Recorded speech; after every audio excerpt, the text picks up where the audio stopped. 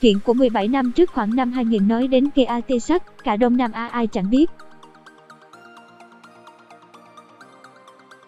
Zico Thái là chân sút mà đội bóng nào trong khu vực cũng muốn có.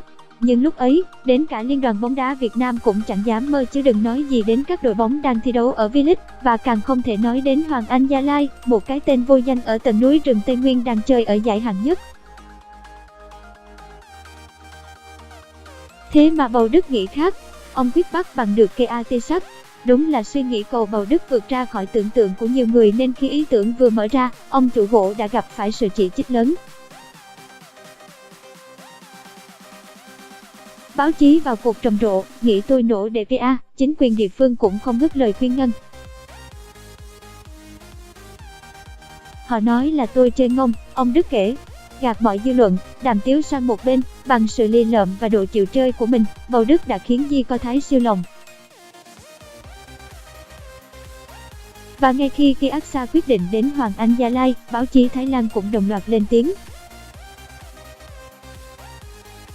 Họ phản đối kịch liệt, bởi việc một cầu thủ đang là tượng đài sống của bóng đá xứ Chùa Vàng như Keartisak sao có thể sang thi đấu cho một đội bóng hạng nhất ở Việt Nam, đó là điều không thể chấp nhận. Hoàng Anh là ai, Gia Lai ở đâu, là những dòng tích đầy nhạo báng trên các mặt báo Thái Lan hồi đó. Nhưng người Thái càng ngạo nghễ bao nhiêu, sự tự tôn dân tộc càng dâng lên trong lòng Bầu Đức. Chuyện của hôm nay 8 năm trước cũng ở phố núi, một cầu thủ Việt kiều da trắng, thư sinh, lặn lội từ Nga trở về quê cha, gõ cửa đội bóng của Bầu Đức xin thử việc mà tiếng Việt nói còn chưa sỏi.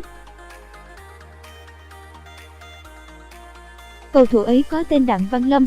Suốt 2 năm sau đó ở phố núi, Lâm Tây đúng chỉ là học việc và rồi phải đi biệt phái sang Lào thi đấu cho Hoàng Anh Acta. Đến lúc về nước lại bị Hoàng Anh Gia Lai lại đem cho thành phố Hồ Chí Minh ở giải hạng nhất mượn. Quá chán nản và thất vọng, Lâm Tây đành trở lại nước Nga. Trong lá thư bà Yukova Onga, mẹ Đặng Văn Lâm viết sau ngày con trai vô địch Áp Cúp 2018 có đoạn kể: không ai lội 2 lần trên một dòng sông. Vậy mà con đã lội 2 lần. Lần đầu của Lâm chính là hành trình trở về đầy trở ngại kể trên. Và lần thứ hai là quyết định quay lại Việt Nam vào năm 2015 để đầu quân cho Hải Phòng cùng lá thư xin thử việc ở đội tuyển U23 Việt Nam gửi huấn luyện viên Miura. Khi ấy con đã trưởng thành và chuyên nghiệp. Hãy bơi đi con trai, mẹ ủng hộ con, bà Yukova Onga viết. 3 năm qua, Lâm đã bơi một mạch không ngừng nghỉ để rồi được triệu tập lên đội tuyển Việt Nam thời huấn luyện viên Hữu Thắng, trở thành người gác đền số 1 của Rồng Vàng thời huấn luyện viên Park Hang-seo và trở thành nhà vô địch Đông Nam Á không ai cản nổi. Chưa dừng lại, hôm qua, Văn Lâm trở thành thủ môn đầu tiên của Việt Nam đến Thái League thi đấu cho gã nhà giàu Muang Thong United.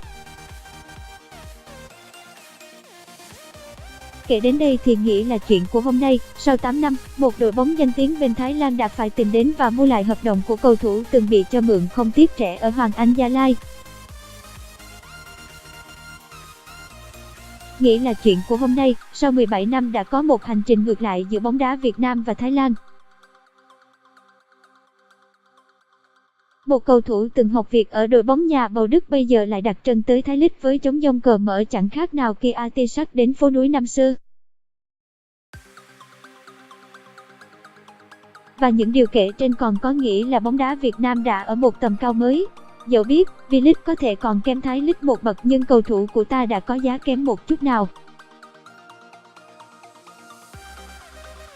Vậy nên, những Văn Lâm, Công Phượng, Xuân Trường, Quang Hải và rất nhiều cầu thủ khác cứ tự tin mà xuất ngoại thôi.